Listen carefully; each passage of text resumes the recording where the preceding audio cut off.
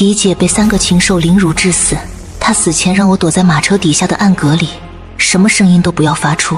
听着狄姐一声声惨嚎，自己却一动不敢动，血水顺着马车缝隙流下，全部滴在了我的身上。整整1个时辰，她最终没了气息。一只玉璧从车上坠落，手上还紧握着一只玉簪。那人跳下马车，一边整理腰带，一边从我狄姐手上掰出玉簪。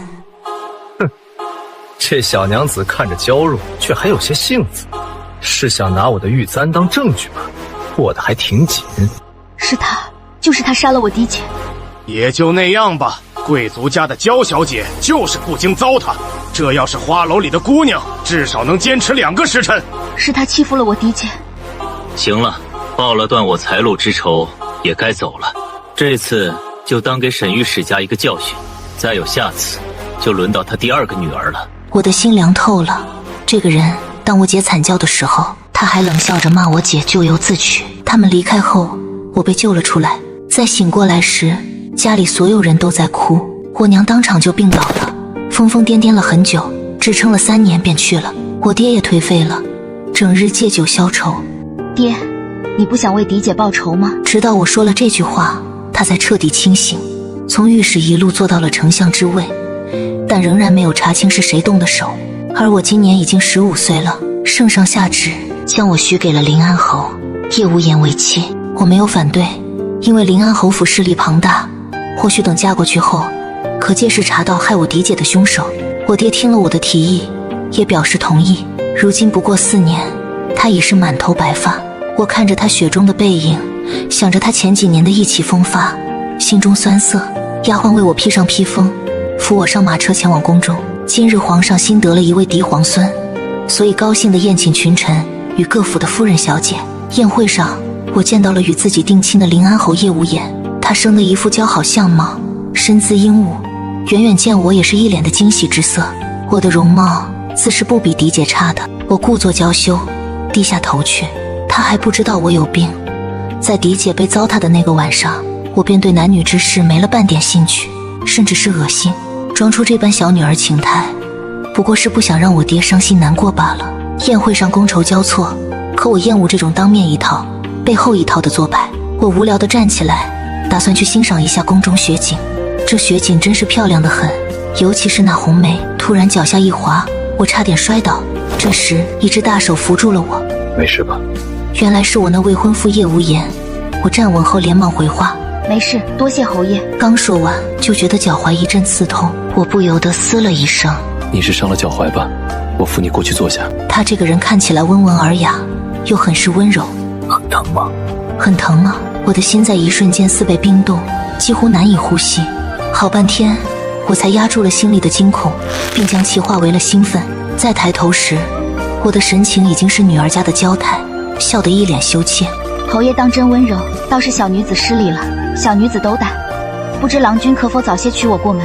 说完之后，我又十分后悔，马上掩住口，懊恼地低下头。哎呀，不是的。我一着急，眼泪就掉了下来。小姐莫哭，回去我便准备聘礼，送到丞相府上。叶无言一脸温柔地看着我，似乎把我当成了一个爱慕他、心急着嫁给他的无知少女。我则害羞地连连点头。宴会后，我被他亲自送回家中。待见到父亲归来，我便让左右退下，浑身的力气在瞬间被抽空。我爹坐在地上，又哭又笑。秦欢，你这是怎么了？爹，我找到了，我找到了杀害狄姐的凶手。什么？是谁？于是我将宴会上发生的事说了一遍。他有些不敢相信。他年少便接任临安侯之位，我们并无交集，到底哪里得罪了他？我也不知道，这么多年都没有查出来。但是既然知道3人中有一个是他，那便总会水落石出的。当然我还要通过他查出另外2个人。他很快便真的来提亲了。年关时，我便嫁进了侯府。侯府看起来十分富庶，他对我也是百般温柔。我每日都要黏着他，喜欢与他撒娇。他的疑心非常重，我不敢有半点差错。这日我听说他在前院接待客人，就直接跑了过去。结果看到2位都是书生打扮的男人，一个面上有疤，一个则看着非常和善。那个和善的男人头上戴着一只别致的玉簪，4年前他通身都染上了狄姐的血。侯爷，妾身不知你有客来访，扰了你的事，这就回去领罚。但来都来了，侯爷不介绍一下两位客人吗？免得妾身以后不知他们身份，发生了什么误会就不好了。你呀，真是调皮。他无奈地与我介绍，说这两位是他的好朋友，他们也都向我行礼。找到了，就是这2个人。我心里已是恨意滔天，但表面的笑容不变，直接做了个鬼脸便跑出去了。但我没急着去报信，心急了容易被这些老狐狸抓住把柄。回到了自己的房间，我装成心情十分不好的样子，打骂起了丫头和婆子们。叶无言回来后，竟然一反常态地掐着我的下巴。我是不是讲过不许进前院？为何不听？还是说，夫人，你有什么别的心思？我知道他是怀疑了，马上换上委屈的表情。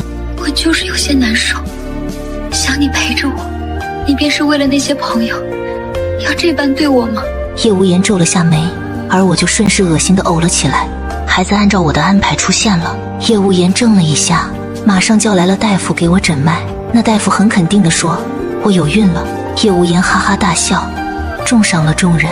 你是不是有了孩子便不喜欢我了？我看起来很伤心，眼泪都快掉出来了。怎会？夫人，你和孩儿对我来说都十分重要。我摸着自己的小腹，一副有了孩子便心满意足的模样。他深深地看了我好几眼，最后眼光落在我的小腹上，才算是露出了一丝真正的笑容。我自幼无亲人，父母早逝，一个人支撑着这个家，如今终于要有亲人了。那我也是侯爷的亲人啊。我抱紧了他的腰身，身子柔软的不像话。2日后，我们回到了丞相府。父亲在知道我有孕之后，露出了难得的笑容。我的女儿自幼便是被我娇惯坏了，还请临安侯定要多多包容才是。这女子怀孕，脾气便会变得不同，不要嫌弃她骄纵才好。叶无言满口答应下来。爹，这是我亲自做的栗子糕，您不是最爱吃吗？趁着我现在还能做这些，以后就不一定了。等我肚子大起来，就没有办法进厨房了。你好好养身体，不必总做这些没有用的事。夫人偏心，怎么就只做给岳父吃，不做给我吃呢？我把点心盒子递给他。侯爷怎么连我爹的醋都吃？家中还有很多呢。不过您先尝尝，是否对胃口？他拿起来吃了一口，点了点头，称赞好吃。见点心没什么异样，他便没再细查，却不知真正该怀疑的是用来铺在下方的油纸。晚饭后，我爹送我出府，他看起来很担心。我知道他担心我因为怀了孩子就会对枕边人心软，可怎么会呢？眼前这个温柔的人可是用他的双手杀了我嫡姐的凶手啊！自从我有了孕，叶无言对我开始信任了，有时候连书房都可以随意出入。我什么都没动过，只是做了2次恶作剧。他喜欢没有心机、爱他入骨的女人，我就是这样的女人。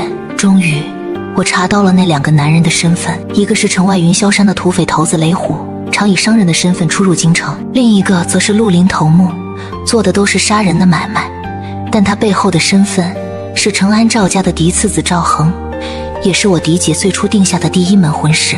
但我爹查到此人不学无术，还背了人命，就直接退了婚。通过这2个人的身份，也查到了当年的真相。他们为何会动手报复我的父亲，虐杀我的嫡姐？原来临安侯府的一切不过是用我嫡姐和其他人的性命换来的。正在这时，叶无言从外面匆匆走进来。不好了，岳父大人出事了！怎么了？我爹爹出了什么事？您莫急，据说是在殿上顶撞了皇上，被暂时停了职位，关进大牢，不知道何时才能放出来。这可要怎么办？侯爷，你有没有办法帮他疏通一下，让我爹能不必再受处罚？我颤抖地哭着，满脸无助。他皱了一下眉，最后还是答应了。好，你不必急，我自会想办法的，只是需要一些银钱来打点，咱们府上还是有些难处的。我知道父亲的掌家印信在何处，你只管拿去用，这些我也不懂，只能依靠你了。我一边说一边哭，他随意安慰了一下，就去办事了。